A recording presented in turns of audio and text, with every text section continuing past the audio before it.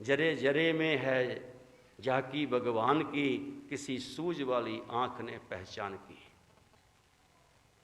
जिसके पास सूझ वाली आंख है, वो तीसरी आंख है, जिसके पास शिव नेत्र है, दसम द्वार है, ये उसकी पहचान है कि मेरा भगवान जरे जरे में है, कण कण में है, सब में है, सबके अंतर है वो। इसलिए कहते हैं कि वो घट घट में है। सिर्फ देखने की बात है। वही आंख वो हम लोगों को देने के लिए आता है कि आप भी अपने सतगुरु का सिमरन करो, पाप उसको याद करो, अपने ध्यान को बाहर से समेट करके अंतर ले जाओ, भीतर ले जाओ। भीतर कहां? दसम द्वार पे। जब भीतर ध्यान जाएगा तो परमात्मा भीतर है, आपको एक प्रकाश नजर आएगा।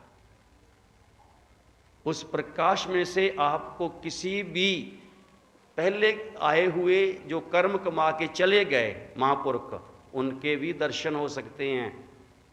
भीतर भी आपके गुरु का स्वरूप ही सतगुरु स्वरूप में मिलेगा, रूहानियत से भरा हुआ, जिसको कहते हैं कि पूरे जलाल में, पूरे नूर में अंतर वो स्वरूप नजर आएगा। जब वो आ गया फिर आपके भ्रम खत्म हो जाएंगे। जो कहते हैं कि हम गुरु को नहीं मानते, उनको गुरु का पता ही नहीं है। गुरु तो कहते ही उस ज्योत को है जो रास्ता दिखाने वाली है, लेकिन वो किस में आती है? जो कोई सूरमा है उसके अंतर वो ज्योत आती है। सूरमा वो है जो अपने वकारों को मार ले, काम क्रोध लोभ मोह अहंकार को मार ले, शांत कर ले बिल्कुल, और अपने 9 दरवाजों को बंद करके 10वें द्वार को खोल ले, वो सूरमा है। हर कोई सूरमा नहीं हो सकता, सूरमा बनना कठिन है। कामी क्रोधी लालची इनसे भगत ना होए, भक्ति करे कोई सूरमा, जात वर्ण कुल कोई। देखो ना, गुरबाणी में भी यही वही समझाया गया कि जात वर्ण, जातों पातों में से निकालने के लिए आते हैं। जिन्होंने इनमें से अपने खुद को, अपने आप को निकाल लिया, खत्म कर लिया और सिर्फ एक का ध्यान कर लिया, उनका काम क्रोध लोभ मोह अहंकार विनाश हो गया, शांत हो गया, शीतल हो गया, क्योंकि उसका नाम बहुत शीतल है, उसका शब्द जो है बहुत शीतल है। तो संदेश देने के लिए संत आते हैं, उसका स्नेहा देने के लिए कि मालिक का ये संदेश है ये कि आप इन चीज़ों से बाहर आ जाओ, एक के साथ जुड़ जाओ और एक ही साथ संगत में जुड़ जाओ। साथ संगत में कोई हिंदू नहीं है, कोई मुसलमान नहीं, कोई सिख नहीं, कोई ईसाई नहीं है। साध संगत उसके प्रेमियों की संगत है, प्यारों की संगत है।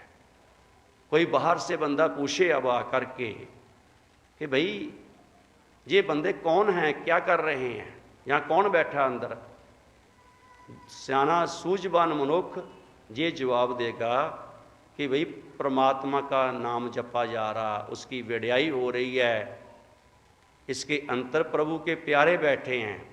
कोई ये नहीं कहेगा कि 200-400 हिंदू बैठे हैं, 200-400 मुसलमान बैठे हैं, या 200-400 सिख बैठे हैं, या ईसाई बैठे हैं, ये नहीं। सबका जवाब एक ही होगा कि परमात्मा का नाम जप रहे हैं भाई, उसकी महिमा गा रहे हैं। इसलिए साध संगत में कोई जात पात मजहब कौम नहीं होता, और हमारे घरों में भी नहीं होना चाहिए, दुनिया में नहीं होना चाहिए। जो साध संगत में जुड़ गए, आगे आकर के परमात्मा ने मौका दे दिया, उसमें से वो बातें सब निकल जानी चाहिए। पर एक ही बात याद हो, अपने सतगुरु की।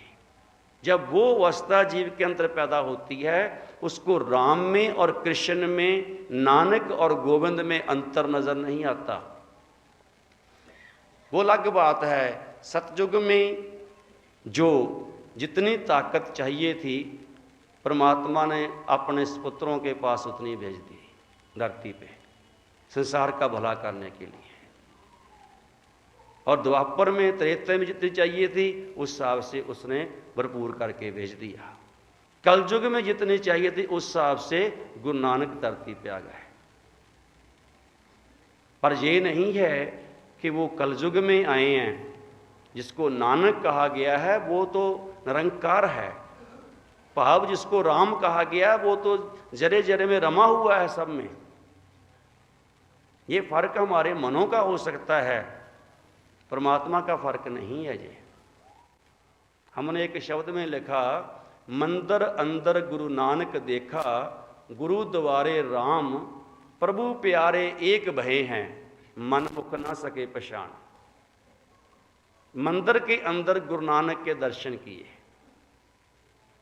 ये जीव की अपनी मनमतिया समझ हो सकती है कि गुरु नानक तो बाद में आए हैं, मंदिर तो पहले के बने हुए हैं, मंदिर के अंदर गुरु नानक को कह देख लिया।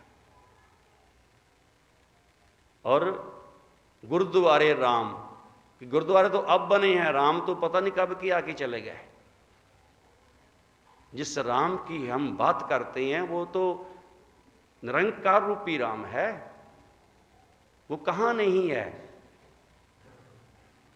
जिनके मन में फर्क आता है इसका मतलब उनका राम छोटा है। जिनके मन में फर्क आता है उसका गुरु नानक छोटा है। फिर पर गुरु नानक छोटा नहीं है, जीव की सोच छोटी है। वो तो सर्वव्यापी है, सर्वशक्तिमान है, वो कहां नहीं है, वो हर जगह पे है। वो मंदिर में भी है, गुरुद्वारे में भी है, मस्जिद में भी है, वो चर्च में भी है। इसलिए आज के मुताबिक ये जो संदेश है ये सबको है, क्योंकि महाराज दर्शन दास ने सारी उम्र यही संदेश दिया है। हम लोगों के मनों का फर्क खत्म करने के लिए उन्होंने ऐसे सत्संग और प्यार दिया है, सत्संग दिए, प्यार दिए सबको, ताकि किसी तरह जीव उस मालिक के साथ जुड़ जाए, एक हो जाए। जो एक होगा एक के साथ जरूर जुड़ जाएगा। तो उसके अंतर पे एक का ही प्रेम होगा, एक के प्रेम को वो सब जगह देखेगा। और जिन्होंने महाराज दर्शन दास के प्रेम को पाया है उनके मन में तो सबका सत्कार है। वो तो अल्लाह को अलग नहीं समझते, वो तो सबको एक रूप समझते हैं। और वो अल्लाह, वो पीर पैगंबर बड़े बड़े जो हुए हैं, चाहे वो कलियार के साबर साहब हुए इतनी ताकत के मालिक, चाहे वो अजमेर शरीफ के दाता हुए हैं, लेकिन हमने अपने गुरु में से देखा। अभी वो ऋषिचर दास राज ने वो शब्द हमारा लिखा हुआ चारा था, अजमेर के दाता ख्वाजा तुम ही हो, हिंदू मुस्लिम के प्यारे तुम ही हो, गरीबों को नवाजन वाले तुम ही हो, हिंद के दाता सहारे तुम ही हो, हर था तुम्हारा शोर पड़ा है, दर्शन गुरु प्यारे तुम ही हो, काल की माया घेरे तुम्हें ना, रब्बी शहनशाह प्यारे तुम ही हो, पाली तुम ही हो, बाली तुम ही हो, भक्तों के पालनहारे तुम ही हो, फातिमा के राज दुलारे तुम ही हो, मैया की आंख के तारे तुम ही हो, चढ़विंदा दास भी तुझ पे बलिहारे, दर्शन कर्ण करावण हारे तुम ही हो। हमने तो महाराज दर्शन दास में से ये सब रूप देख लिए, इसलिए कि उनके अंतर कोई पिन भेद नहीं था, कोई फर्क नहीं था।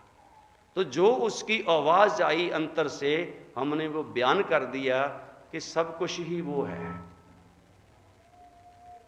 तो वहां पे आके जब ऐसी अवस्था बनती है फिर मैं खत्म हो जाती है, फिर सिर्फ तू का वास होता है कि तू ही तू, तू ही तू, कि मंदिर में भी तू, मस्जिद में भी तू, गिरजा घर में भी तू, गुरुद्वारे में भी तू, जहां भी सजदा किया समझो उस मालिक के आगे किया।